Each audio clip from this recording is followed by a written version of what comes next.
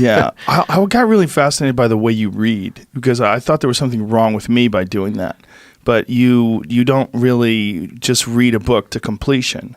You read and then you pick something else up and you just kind of go based on your whims, whatever you're interested in. Well, I was raised by I was raised by a single mom in New York, and she used the local library as a daycare center because it was a very tough neighborhood. And so she would basically say, when you get back from school, go straight to the library and don't come out until I pick you up late at night. So I used to basically live in the library, and I read everything. I read every magazine. I read every pictograph. I read every book. I read every map. I just ran out of stuff to read. I just read everything. So I got over this idea of that reading a large number of books or reading a book to completion as a vanity metric. Because really, when people are putting up photos on Twitter and Instagram of, look at my pile of books that I'm reading, it's a show-off thing. It's a signaling thing. Yeah, right? sure. And the reality is I would rather read the best 100 books over and over again until I absorb them rather than read all the books. Right. Yeah, because your brain has finite information, in finite space.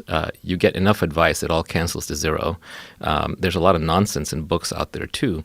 So I don't read anymore to complete books. I read to satisfy my genuine intellectual curiosity. And it can be anything. It could be nonsense. It could be history. It could be fiction. It could be science. It could be sci-fi. These days it's mostly sci-fi, philosophy, science, because that's just what I'm interested in. But I will read for understanding. So a really good book, I will flip through. I won't actually read it consecutively in order, and I won't even necessarily even finish it. I'm looking for ideas, things that I don't understand. And when I find something really interesting, I'll reflect on it, I'll research it, and then when I'm bored of it, I'll drop it or I'll flip to another book.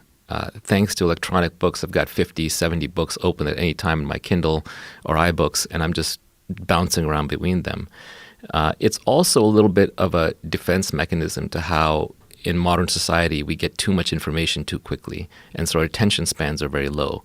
So you get Twitter, you get Instagram, you get Facebook, you're just used to being bombarded with information.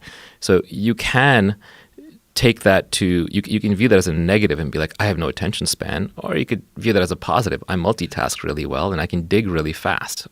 If I find a thread that's interesting, I can follow it through 5 social networks, through the web, through the libraries, through the books, and I can really get to the bottom of this thing very quickly. It's like the Library of Alexandria that I can research at my disposal.